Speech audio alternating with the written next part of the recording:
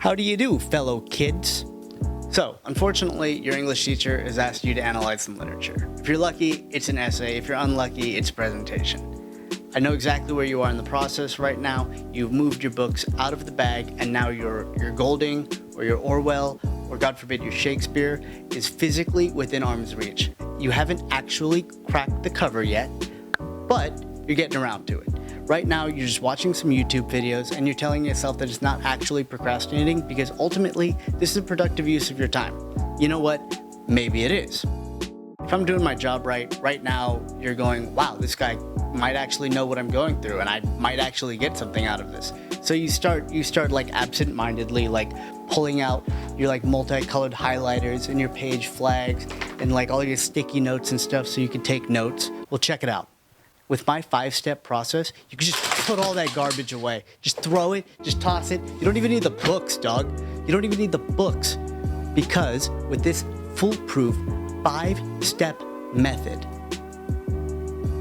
we're gonna make literary analysis easy. Step 1, figure out what you're gonna say. Ideally, you want to figure this out long before you even open the text. Just come in with your bias intact. Let your preconceived notions really warp any perception of what the text actually says. Just dig your heels in, you're a rock. Here's an example. Are you still a psychoanalytic theorist in 2021 for some reason? Well, if so, you're in the perfect position to completely disengage with the text. You can just ignore everything unless it specifically has to do with sexual dysfunction or flashbacks to childhood memories. Bonus points, jump right into diagnosing fictional characters because you are totally more than qualified to do that. Now that you know what your analysis is going to say, all you have to do is step 2, figure out what the text says. It is extremely important that you completely disengage the text. At all costs, do not read the actual text. A good way to completely disengage with the text is to just revisit psychoanalytic theory, go on Wikipedia and find the author bio, and then look at the Wikipedia page for the text itself and see if the theme section of the Wikipedia page for the text in any way, shape, or form matches up with the author biography, and just kind of apply some tenuous connections until it kind of makes sense. There are a lot of resources online that will help you just completely disengage with the text. You could use options like SparkNotes, fandom.com/wiki, tumblr.com/tagged/Shakespeare, the first half of 4 YouTube videos. TV tropes.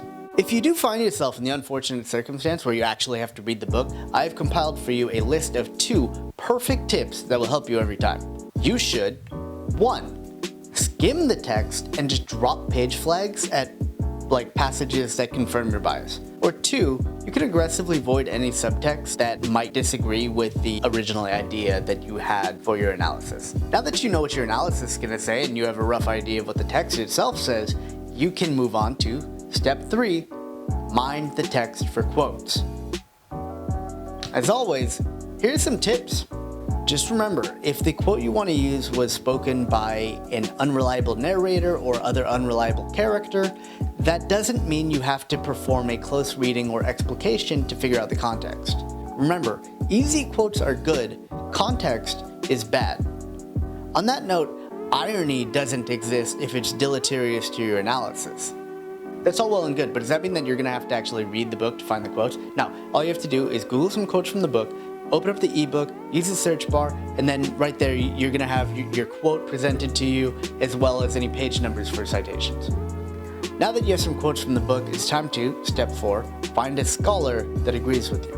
It is important not to engage with the scholar. Remember, you're here just to data mine some quotes, you're not here to further your understanding. If you're really good at taking quotes out of context, then you can just grab whatever the first result on Google Scholar that's a downloadable PDF and just quote that. There's always going to be something in there worth quoting. And if the first result actually disagrees with your analysis, just call their analysis reductive and move on with your day. It's as easy as that. Listen, By now, you're almost done. You have the context for your analysis, you have a rough idea of what the text actually says, you mined for quotes from both the book and some scholars. Now comes the hard part, the part that for some reason English teachers get really hype about, the thesis. Please note that I am using the general definition of thesis here, which is that which you are trying to prove. I don't actually care at all about your thesis sentence. But when it comes to the thesis, there's only one good move, and that is step 5, generalize your thesis. Your teacher is actually so hype on you having a good thesis that it's not enough to just give you tips. We have to practice building one together. I'm going to give you a pretty good thesis, and then by the end of it, we're going to work together and we're going to make a great thesis. So I've prepared this in advance. Here's our pretty good thesis. The Great Gatsby is emblematic of the dangers of materialistic decadence in the 20th century. Like I said, this thesis isn't great, but it's not bad either. Let's start by looking at the pros. The biggest pro by far is that this thesis can be applied to a number of different texts from the era. Check this out.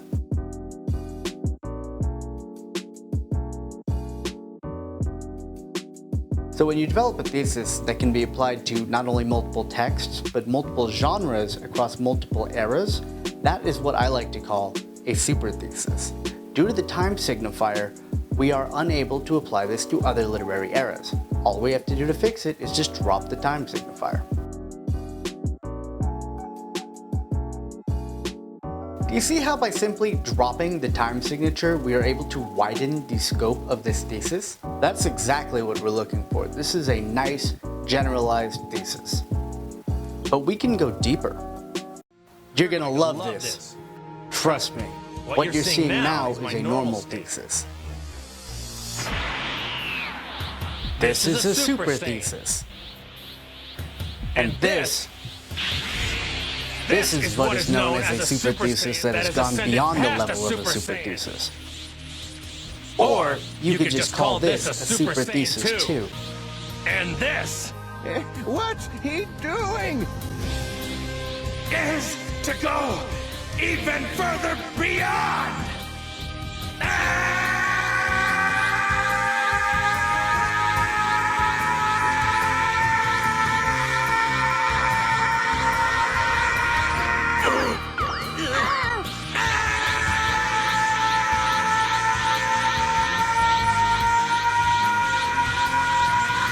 This is stupid.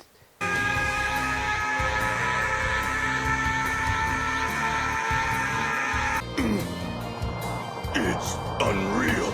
How is he generating that much power?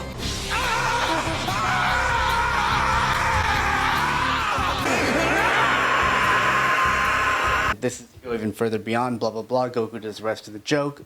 That's funny as f.